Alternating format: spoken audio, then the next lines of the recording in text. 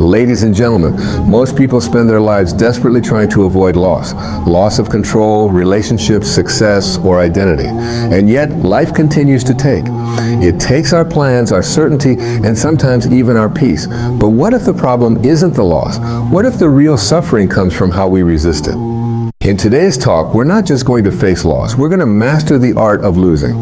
Not to be defeated by it, but to be liberated through it. There's a quiet wisdom hidden in life's most painful moments. Moments when the things we cling to slip through our fingers and we're left wondering who we are without them. These losses may come dressed as heartbreak, failure, rejection, or unexpected change, but they all carry the same message. You are not what you lose. True freedom, deep peace, and lasting clarity don't come from avoiding loss. They come from embracing it. Today we explore the art of losing, not as a tragedy, but as a teacher, a sacred practice, a way to grow lighter, freer, and more awake to what matters most. We've been taught to hold on to dreams, to people, to identities, to outcomes. We're told that persistence is everything, that surrender is weakness, that giving up is failure. So we grip tightly, even when things are slipping through our hands, even when what we're clinging to is already gone. We hold on out of fear, not out of love. We hold on because we believe if we let go, we'll fall apart. But the truth is, letting go is not giving up, it's waking up. It's waking up from the illusion that we are in control of everything. It's waking up from the story that our worth is determined by how long we can endure what no longer serves us. Letting go is the sacred act of trusting life more than we trust our attachments. It's a shift in awareness, not a retreat, not an escape, but a return. A return to peace, to presence, to a self that exists beneath all the striving. When we lose something, a relationship, a job, an identity, there's an emptiness that follows. Most people rush to fill that void. They fill it with noise, distractions, new goals, new faces. But the art of losing teaches us something different. It invites us to sit in that space and listen.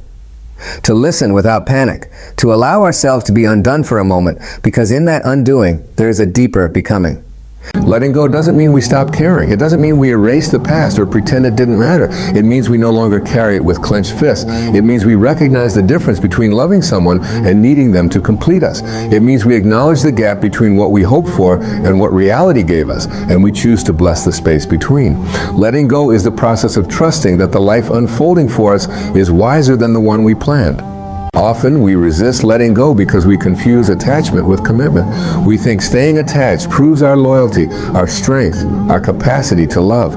But attachment rooted in fear is not love. It's a defense mechanism. True love, whether for a person, a dream, or a version of ourselves, allows room for freedom. Letting go is an act of love, not just for the other, but for ourselves. It is saying, I release this not because it didn't matter, but because I matter too, because my peace matters, because I was not born to suffer under the weight of something that is no longer aligned with my soul's path. There is a profound intelligence in loss. It strips us of what is false. It humbles the ego. It burns away the unnecessary. And what remains is something more honest, more essential, more eternal. We begin to see that we are not the roles we play or the things we acquire. We are not defined by our success or our failure. We are the presence that remains after all labels have been taken away. Letting go helps us discover that presence, raw, unfiltered, real. Sometimes life will do the letting go for us. It will remove what we weren't brave enough to release ourselves. It will end relationships that were draining us. It will close doors we kept trying to pry open, and though it feels cruel in the moment, in hindsight we realize it was mercy. It was grace disguised as chaos. It was life loving us enough to interrupt our illusions. Letting go, then, is not something we do once. It's a lifelong practice, a spiritual discipline, a sacred rhythm of opening and releasing, trusting and surrendering. We cannot receive the next chapter if our hands are still full of the last one. We cannot breathe in what is new if we are still suffocating on what is gone. The art of losing teaches us that every loss, every unraveling, every goodbye is an opportunity to remember who we are without the extra weight. It is a gentle, sometimes painful invitation to come home to ourselves, not the self that chases and clings, but the self that watches, witnesses, allows. In a world obsessed with achievement, with accumulation, with holding on, letting go is radical. It is revolutionary.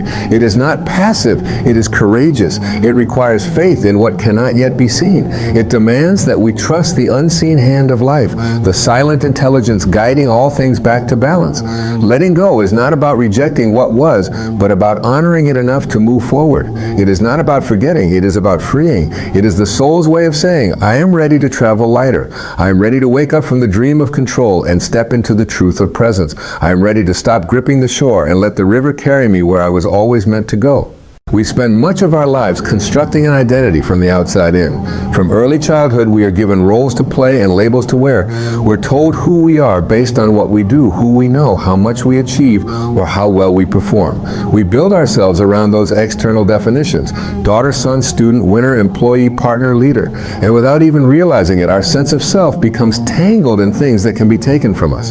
But the moment we experience loss, deep, life-altering loss, something shatters.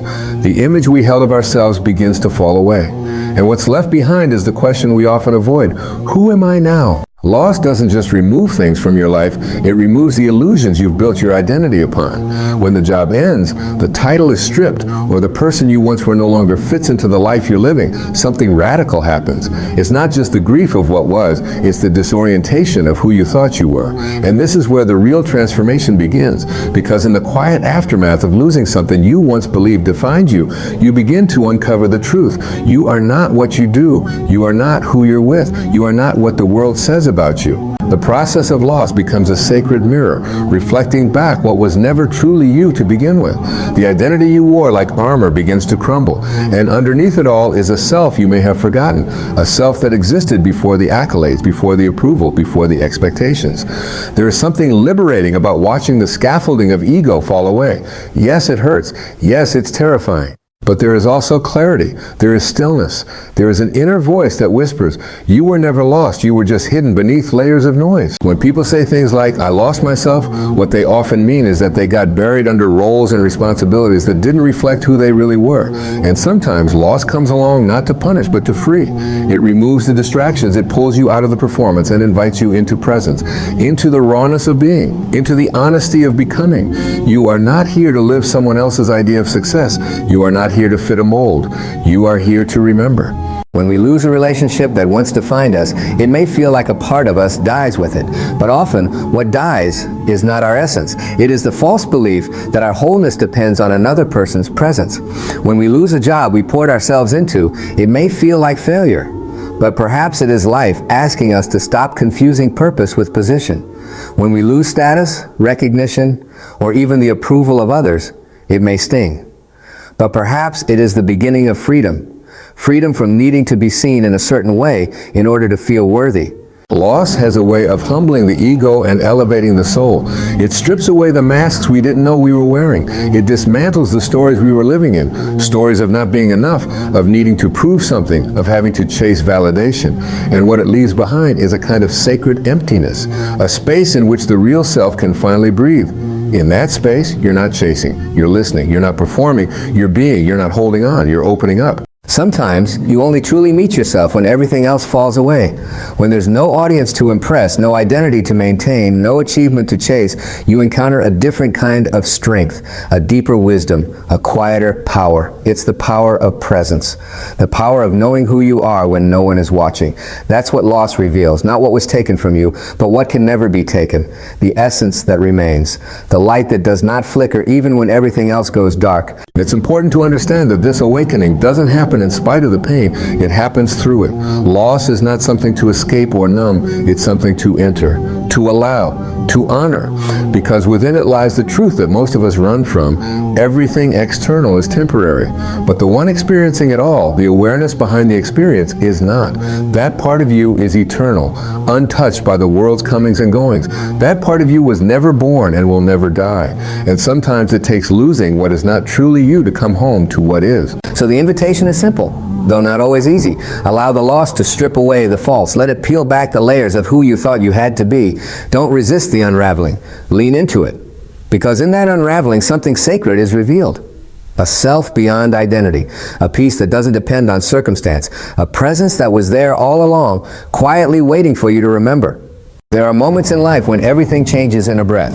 The phone rings, the door closes, the words are spoken, and something you thought was solid, something you thought would last, suddenly disappears. In those moments, the ground beneath your feet feels like it vanishes, and you find yourself suspended in uncertainty, in disbelief, in silence. But hidden within that silence is an invitation, an opening not to destruction, but to transformation. Loss is not just an ending. It is also a threshold, a sacred doorway between the life you knew and the life that's waiting to be born. Most people see loss as a finality, a brutal closing of a chapter they never wanted to end. But those who look deeper begin to sense a pattern, a rhythm in the chaos.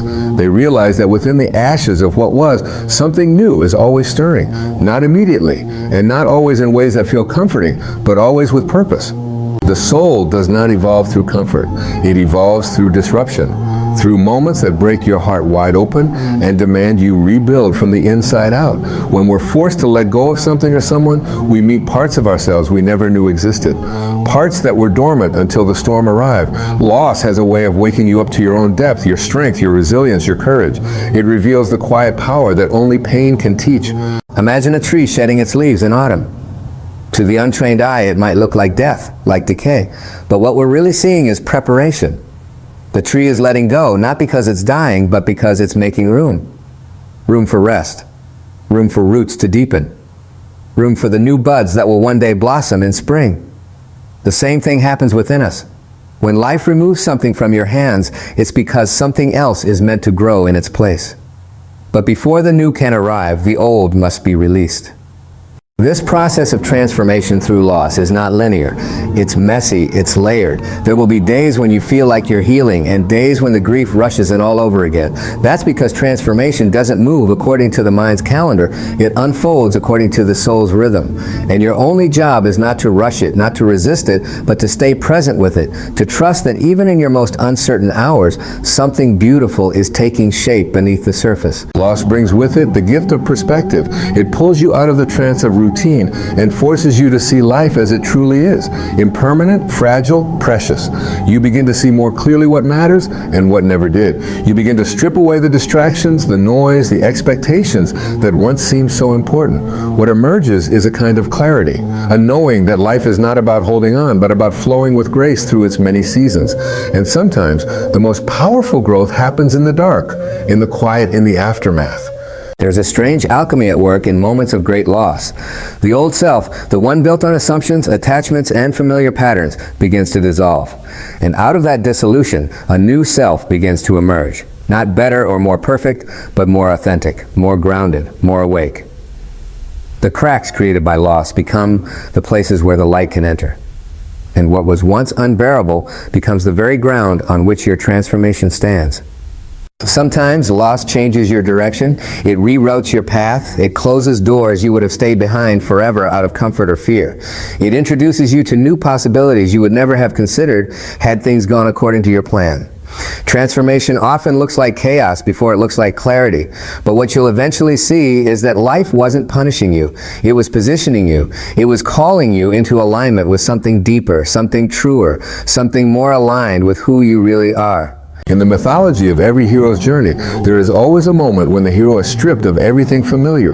The world as they knew it collapses, and they are forced to descend into the unknown, the underworld of grief, of doubt, of fear. But it is in that descent that the real initiation begins. It is in that darkness that the soul is forged, and when they emerge, they are no longer the same. They have been transformed, not because they avoided loss, but because they walked through it with their eyes open. We all experience these moments. They don't come with warnings. They don't ask for permission, but they come bearing gifts we don't always recognize at first. The gift of rebirth, of reinvention, of rediscovery. The art of losing teaches us that what is taken is not gone forever. It has simply changed form. It has moved into a new chapter, a new expression, and we are called to meet it there, not with resistance, but with reverence, because loss, as painful as it is never the end of the story. It is the fire that burns away what is false and leaves behind only what is true. We live in a world that teaches us to run from discomfort, to fix, to numb, to escape anything that doesn't feel good. Pain is seen as something to avoid, not something to understand. Loss is treated like a failure rather than a natural part of life's rhythm. And yet the paradox is this: the more we resist what we're feeling, the more it controls us. The more we try to avoid loss, the more power we give to fear. True peace does not come from hiding from pain or pretending it isn't there. Peace is born the moment we stop resisting reality and begin to accept it. Acceptance is not passivity. It is not saying this is fine when it clearly isn't. It is not becoming indifferent or cold. It's a sacred recognition, the recognition that life will unfold as it must, not always as we wish. Acceptance is not the absence of emotion, but the presence of awareness. It is looking life in the eye without denial, without distortion.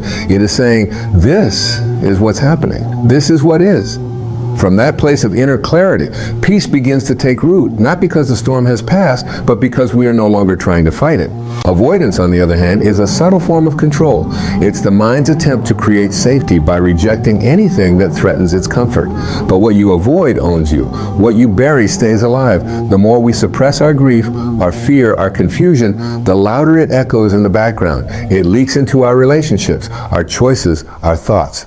We try to outrun our sadness by staying busy, by seeking constant pleasure, by chasing certainty. But no matter how far we run, the truth travels with us. What we haven't made peace with continues to shape us from the shadows. There's a freedom that comes when you stop running. When you finally sit down with your sadness, your grief, your disappointment, not to fix it, but to understand it. You begin to see that your emotions aren't enemies, they're messengers.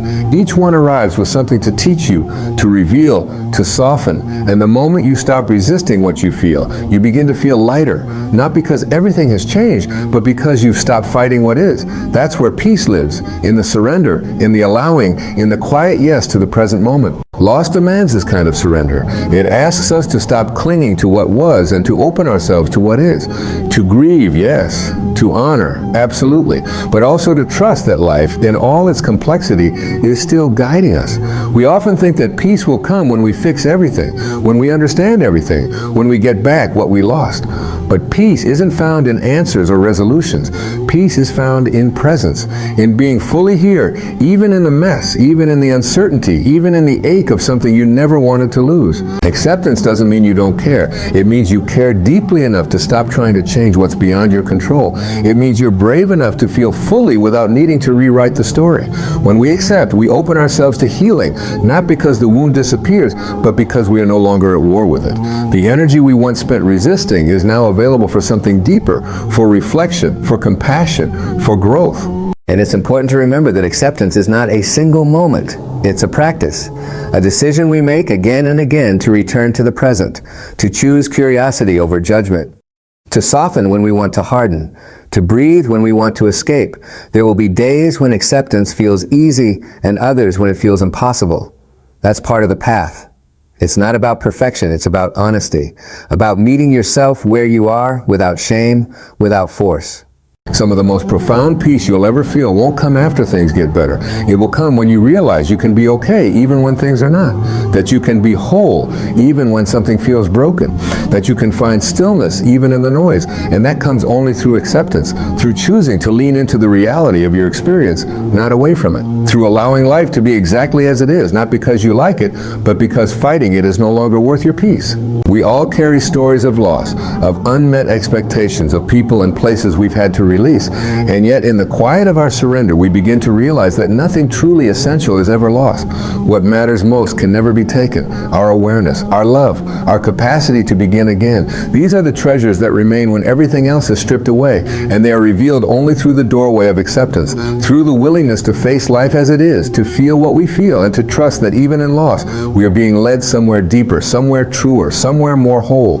Loss is not the enemy we've been taught to fear. It is the unspoken teacher we've quietly avoided. We arrive in this world with nothing, and we will one day leave in the same way, yet everything in between becomes a dance of attachment, identity, resistance, and